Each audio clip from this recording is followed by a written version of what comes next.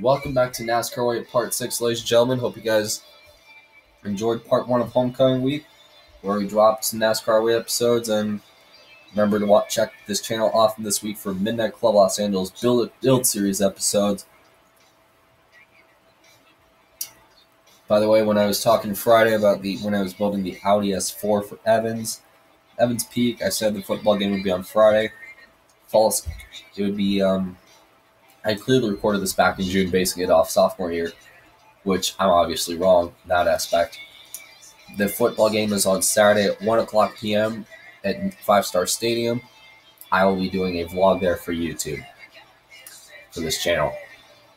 Today, NASCAR Weightland, we're going to be at Martinsville Speedway for the paperclip. This time, 25 laps. This track is very easy to flip and weight shift your way over. In this place, trust me, I've done it. It is not fun.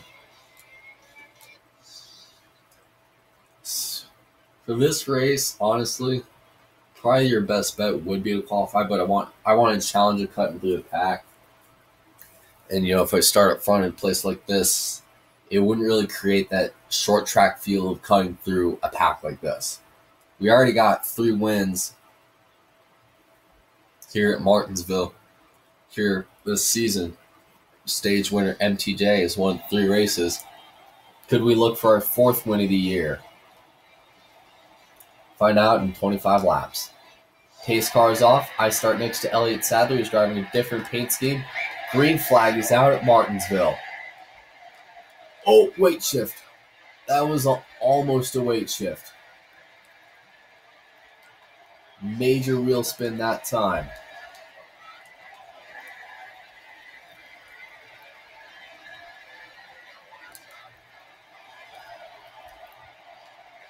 You're going to be dive bomb that corner on JJ Yaley. Mark Martin leads the first lap.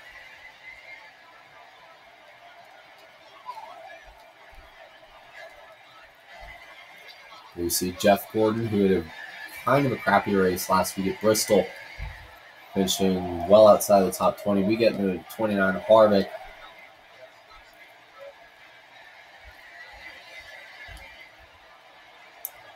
Within 3 laps, I'm moving to the front of the field.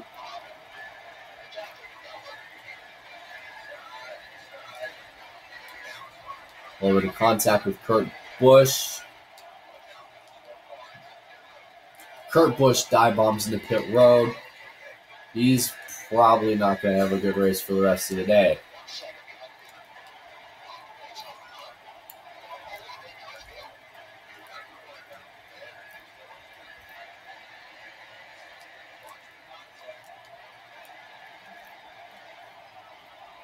Jeff Burton, the second place point man, is leading here early on in the Goody's Cool Orange 500.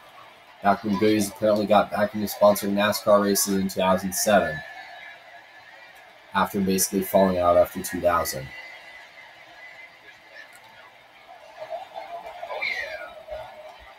And apparently Goody's wants to sponsor has been sponsoring some Martinsville race ever since 2007, whether it be the spring race or the fall race or...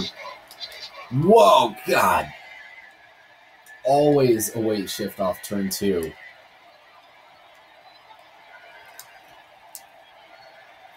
They kick it off at 4 and see if we can catch the cars in front of him. In front, unfortunately, if you remember back to September when I played Evil 9 Aesop Rock over Crash Nitro Kart footage, that Let's Play has unfortunately hit the can, and you can possibly expect a new Let's Play to debut. I'll give you a hint. It is the first R-rated Let's Play I've done for this channel, and it is based off one of my favorite animated TV sitcoms, and it is premiering Wednesday nights. I'll give you a hint. It starts with an F as holy crap, Ken Schrader just flipped. A little bit of situational irony. Starts with an F as holy F, Ken Schrader just died. Lucky dog goes to David Ruderman.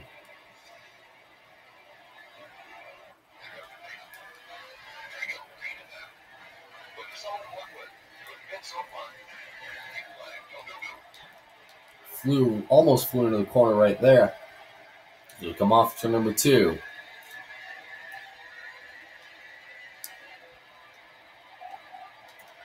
We try to hug the corner. We're going to come off turn number 4 and lead yet another lap.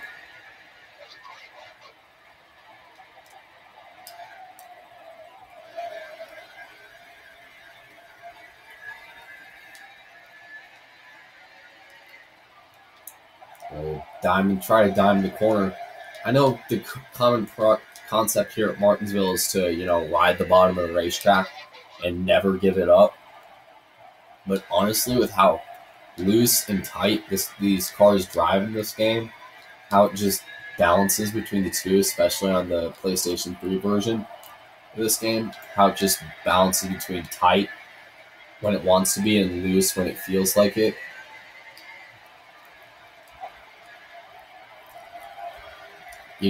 It's kind of weird. In the PS2 version, it's just straight up loose because it basically shares the same driving engine since NASCAR 05.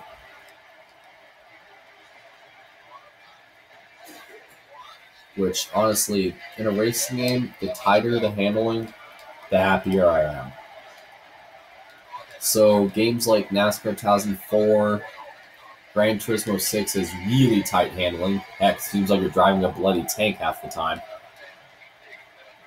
Need for Speed Most Wanted 2005 has some pretty tight handling until you get to the exotic cars. Midnight Club's early cars have tight handling as we just spun around coming off turn number 2.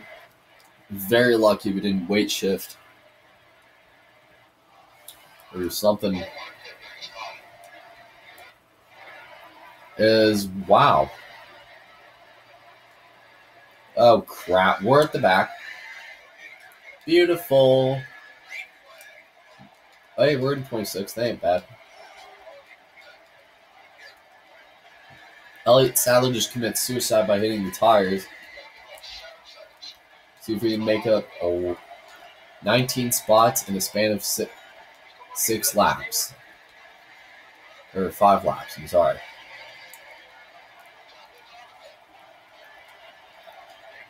Jeff Gordon leads. The Martinsville King. Oh, God. Currently continues to lead here at Martinsville. So far, he remains unopposed for the lead and possibly the win unless we get a late caution.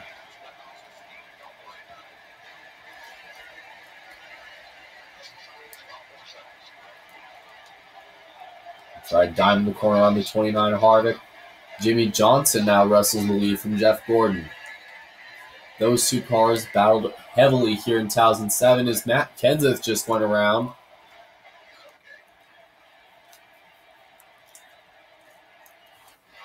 Kamikaze bomb.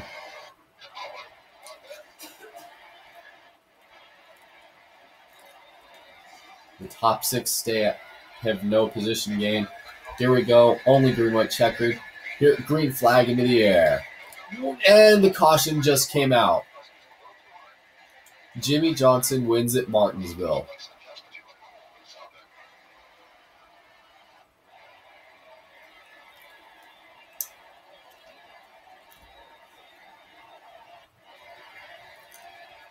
And we knew a crappy race was going to happen.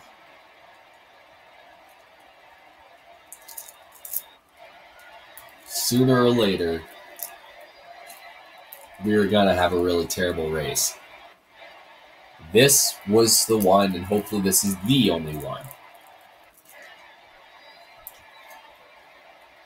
We finish 25th. Jimmy Johnson wins at Martinsville.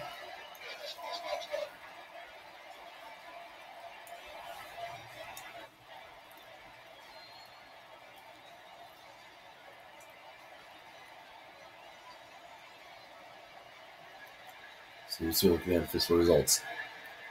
Jimmy Johnson wins tonight at Martinsville, followed by Jeff Gordon in second, Brian Vickers third, Denny Hamlin in fourth, J.J. Yaley fifth, Jeff Burton 6th, Kevin Harvick 7th, Greg Biffle 8th, Bobby Labonte 9th, and Casey Kane 10th.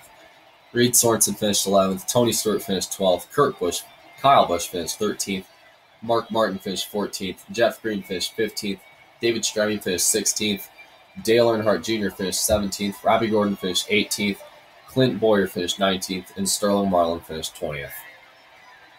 21st was Ryan Newman, 22nd was Jamie McMurray, 23rd was Tony Raines, 24th was Matt Kenseth, 25th was stage winner MTJ, 26th is Elliott Sadler, 27th is Kurt Busch, 28th is Juan Pablo Montoya, 29th is Kyle Petty, and 30th is Dave Blaney. 31st is David Gilliland, 32nd is AJ Allmendinger, 33rd is Ricky Rudd, 34th is Scott Riggs, 35th is Dale Jarrett, 36th is Paul Menard, 37th is Joe Nemechek, 38th is Ken Schrader, 39th is Michael Waltrip, and 40th is Casey Mears. 41st was David Reagan, 42nd was David Rudiman, and finishing today in last because he sucks total donkey milk is Mike Wallace.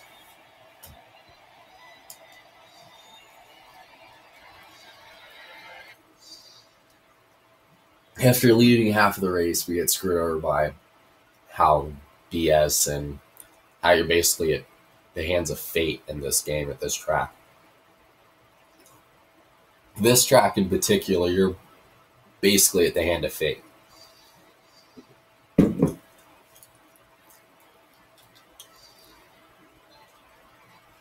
Well, we are only 6 points away from Jeff Burton, but knowing how this season's gone so far, could we see a similar battle to what we saw between the 78 and the 42, or what we were seeing between the 78 and the 42 when it comes to stages in the Monster Energy Cup Series? Could we see that here in NASCAR Away?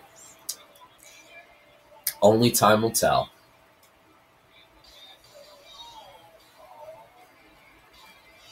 Tune in next time. Tune in tomorrow at 1 for the Subway Fresh Fit 500.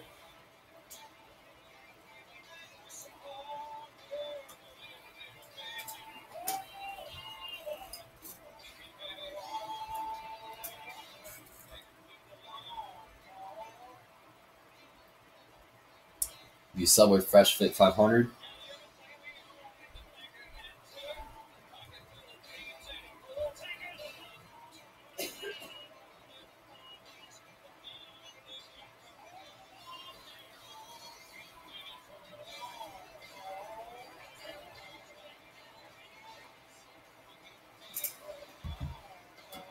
Make sure to stay tuned tomorrow at 1 for Phoenix.